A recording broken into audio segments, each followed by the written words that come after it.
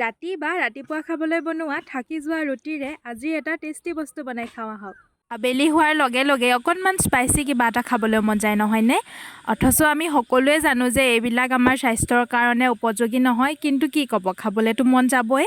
সেইকাৰণে আজি আবেলি সময়ত স্পাইচি কৰি কিবা এটা খাব পৰাকৈ খুব টেষ্টি এটা ৰেচিপি লৈ আহিছোঁ আপোনালোকৰ বাবে। ইফালে মই ৰাতিপুৱা বেলাতে খাবলৈ বনোৱা 4খন শুকান ৰুটি লৈছোঁ আৰু ভিডিঅ'টোত দেখুওৱাৰ ধৰণে ৰুটিকেইখন ৰোল কৰি কাটি লৈছোঁ।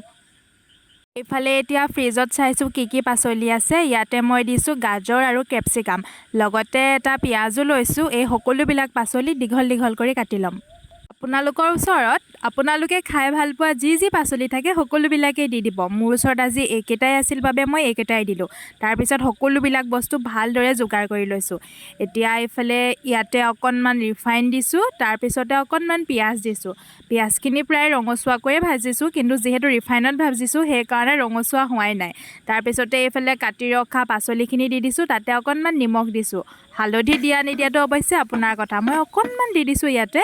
এইখিনি যেতিয়া আধা সিজা হ'ব তেতিয়া মই ইয়াতে যোনখিনি কাটি লৈছিলোঁ ৰুটিখিনি, সেই ৰুটিখিনি দি দিম আৰু ভালদৰে মিক্স কৰি দিম।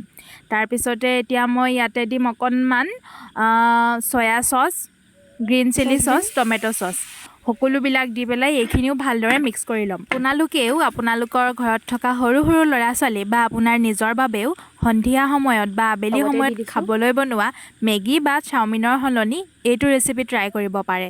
মেগী আৰু চাওমিন খোৱাতকৈ ই অকণমান হ'লেও হেল্থৰ বাবে উপযোগী বুলি মই ভাবোঁ। লগতে বনাবলৈও বিৰাটেই ইজি, প্লাছ ইয়াতেও পাচলি ব্যৱহাৰ কৰা হৈছে যিটো নেকি সৰু ল'ৰা ছোৱালীয়ে খাবলৈ একেবাৰে মন নকৰে, কিন্তু এনেকৈ দিলে খাব। আপোনালোকে দি চাবচোন আৰু আপোনালোকেও খাব। খাই লৈ মোক জনাব কমেণ্ট কৰি কেনে পালে। আৰু আজিৰ ভিডিঅ'টো ইমানেই আছিল। এতিয়া মোৰ বনাই হৈ গ'ল আৰু বনাবলৈও তেনেই ইজি আৰু বহুত সোনকালে হয়, দেখিছেই।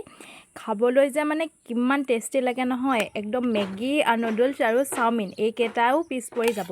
আপোনালোকে থাকি যোৱা ৰুটিৰে এনেদৰে এবাৰ ট্ৰাই কৰি চাব দেই।